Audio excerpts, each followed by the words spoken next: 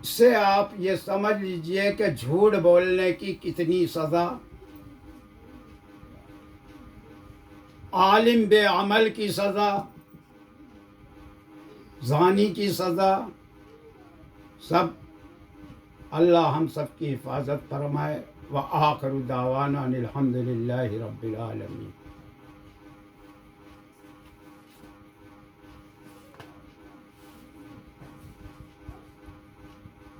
کل کی آیتوں کے ترجمہ پڑھ دیا تھا، آج اس کی تفسیر۔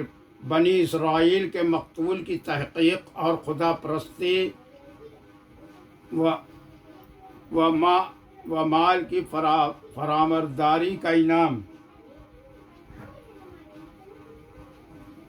بنی اسرائیل میں ایک شخص بہت مالدار تھا اور اس کے صرف ایک لڑکی تھی اور ایک بھتیجا تھا۔ ان کے علاوہ اور کوئی وارث نہ تھا۔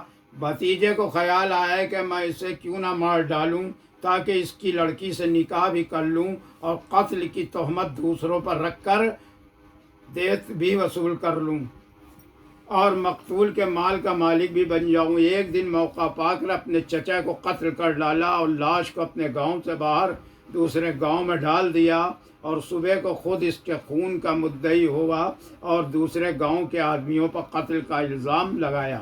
اس گاؤں کے آدمیوں نے انکار کیا اور نوبت یہاں تک پہنچی کہ دونوں گاؤں والے لڑنے کے لیے تیار ہو گئے۔ آخر کچھ سمجھدار لوگ بھی تھے، انہوں نے کہا لڑائی کیوں کرتے ہو؟ اللہ کے پیغمبر یعنی موسیٰ علیہ السلام ہم میں موجود ہیں، ان سے چل کر دریافت کر دو، جس شخص کا نام بتا دیں بس وہی قاتل ہے۔ چنانچہ یہ سب موسیٰ علیہ السلام کے پاس آئے۔ حضرت موسیٰ علیہ السلام نے اللہ تعالیٰ سے دعا کی، حکم الہی ہوا کہ ایک گائے کو ذبح کر کے اس کے گوشت کا ایک ٹکڑا مقتول کی لاش پر رکھو۔ موسیٰ علیہ السلام نے اللہ تعالیٰ کا حکم سنا دیا تو بنی اسرائیل نہایت بے باکی و بدتمیزی سے کہنے لگے، کیا آپ ہم سے مذاق کرتے ہیں؟ ہم تو قاتل کا نام دریافت کر رہے ہیں اور آپ گائے ذبح کرنے کو کہتے ہیں۔ حضرت موسیٰ علیہ السلام نے فرمایا کہ میں نعوذ باللہ جاہل نہیں ہوں، مسائل شرعیہ کے موقع پر مذاق جاہلوں کا کام ہے۔ اللہ عز و جل کا حکم یہی ہے تو بجائے اس کے کہ نبی کے حکم کی تعمیل کرتے، اس میں حجت بازی کرنے لگے اور طرح طرح کے سوالات حضرت موسیٰ علیہ السلام سے گائے کے متعلق کرنے لگے کہ وہ کیسی گائے ہے، اس کا رنگ کیسا ہے، اس کی عمر کیا ہے، وغیرہ وغیرہ۔ ایک حدیث میں ارشاد نبوی صلی اللہ علیہ وسلم ہے کہ بنی اسرائیل کسی گائے کو بھی ذبح کر دیتے تو کافی ہو جاتا، لیکن انہوں نے تشدد کیا تو اللہ تعالیٰ نے بھی ان پر سختی کی۔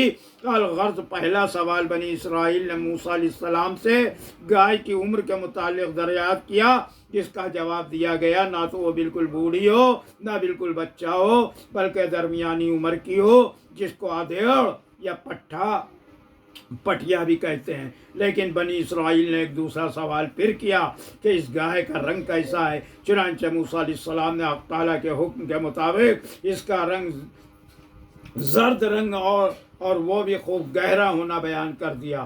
بنی اسرائیل اب بھی مطمئن نہ ہوئے اور پھر ایک تیسرا سوال موسیٰ علیہ السلام سے کر دیا کہ اس گائے کے اوصاف کیا ہوں، کیونکہ ہم کو ابھی شبہ باقی ہے اور اب کی بار انشاءاللہ ہم ٹھیک سمجھ جائیں گے۔ موسیٰ علیہ السلام نے جواب دیا کہ وہ گائے عمدہ سالم اب بے عیب ہے، نہ تو حل میں چلی ہوئی، نہ اس سے زمین جوتی گئی، نہ کنویں میں جوڑی گئی کہ اس سے پانی کی کھچائی ہوئی ہو۔ غرض وہ ہر طرح سالم و بیداغ ہے۔ یہ سن کر کہنے لگے اب آپ نے پوری اور صاف بات فرما دی، اب ہم انشاءاللہ اس گائے کو تلاش کر کے خرید لیں گے۔ حدیث شریف میں ہے کہ اگر وہ انشاءاللہ نہ کہتے تو کبھی بھی پتہ نہ چلتا اور قیامت تک وہ اس گائے کو حاصل نہ کر سکتے۔ ادھر بنی اسرائیل میں ایک نیک اور خدا پرست آدمی تھا اور اس کی بیوی بھی ایسی ہی تھی اور ان کے پاس ایک بچیا تھی اور ان کے ایک ہی بچہ تھا۔ اس خدا پرست آدمی کے انتقال کا وقت آ گیا۔ مرتے وقت اس شخص نے اپنی بیوی کے مشورے سے بچیا کو جنگل میں چھڑوا دیا اور خدا تعالیٰ کی امانت میں دے دیا، اور بارگاہ الہی میں دعا کی کہ الہی اس بچیا کو میں تیری امانت میں اپنے چھوٹے بچے کے لیے دیتا ہوں۔ اس کے بعد اس شخص کا انتقال ہو گیا۔ یتیم بچے کو نیک والدہ پرورش کرتی رہیں۔ جب وہ لڑکا بڑا ہوا تو وہ بھی بڑا نیک، سعید اور اپنی ماں کا فرما بردار نکلا۔ ایک روز اس کی والدہ نے کہا، بیٹا فلاں جنگل میں ایک بچیا تمہارے باپ نے خدا کی امانت میں تیرے لیے سپرد کی تھی، تو اس کو اب جا کر لے آ۔ بیٹا جنگل میں گیا اور امانت الہی کا نام لے کر گائے کو آواز دی تو وہ گائے فوراً دوڑی ہوئی چلی آئی۔ یہ لڑکا گائے کو لے کر اپنی والدہ کے پاس آیا اور اس کی والدہ نے کہا، اس کو بازار میں لے جا کر فروخت کر دو، لیکن یہ ہدایت کر دی کہ جو دام لگیں بغیر میرے مشورے کے نہ دے بیچنا۔ یہ لڑکا گائے کو لے کر بازار میں گیا تو وہاں ایک شخص نے کچھ قیمت لگائی، مگر لڑکے نے کہا کہ میں اپنی والدہ سے اجازت اور مشورے کے بغیر جواب دوں گا۔ اس نے کہا کہ اگر تم بغیر مشورے کے دے دو تو چند قیمت دیتا ہوں، لیکن اس لڑکے نے گائے نہ دی اور والدہ نے آ کر تذکرہ کیا۔ والدہ نے منع کر دیا۔ دوسرے روز اسی خریدار نے چند قیمت لگائی، لیکن پہلے روز کی طرح ماں ہمیشہ دینے سے انکار کرتی رہی اور اس طرح روز قیمت میں اضافہ ہوتا رہا۔ ایک روز عورت نے لڑکے سے کہا، یہ خریدار یا تو کوئی فرشتہ ہے یا کوئی خدا رسیدہ بزرگ ہے، تم میری طرف سے ان سے مشورہ لینا کہ ہمیں اس گائے کا کیا کرنا چاہیے۔ چنانچہ لڑکے نے ایسا ہی کیا تو اس شخص نے جواب دیا کہ تم اپنی والدہ سے میرا سلام کہنا اور کہہ دینا کہ عن قریب بنی اسرائیل کو اس گائے کی ضرورت اور تلاش ہوگی اور وہ اس کی خریداری کے در پہ ہوں گے اور تم سے اس کے ہم وزن سونا دے کر خریدیں گے، تم اس وقت فروخت کرنا۔ چنانچہ ایسا ہی ہوا۔ ادھر بنی اسرائیل مطلوبہ گائے کی تلاش میں تھے اور اسی ساحل یتیم لڑکے کی نکلی جس کی بنی اسرائیل نے منہ مانگی قیمت ادا کی اور اس کو خرید کر ذبح کیا۔ پھل کو میٹھا بنانے کا عمل فَذَبَحُوهَا وَمَا كَادُوا يَفْعَلُونَ کو پڑھ کر اگر کوئی پھل کاٹا جائے تو وہ انشاءاللہ میٹھا و خوش ذائقہ نکلے گا۔ اعمال قرآنی دعا کیجئے حق تعالی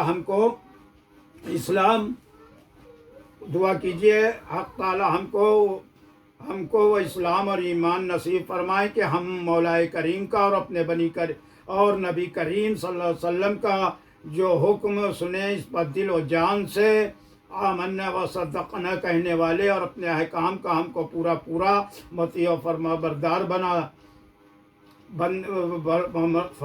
بردار بندہ بنا کہ زندہ رکھے، اپنی اسی پر موت نصیب فرمائے۔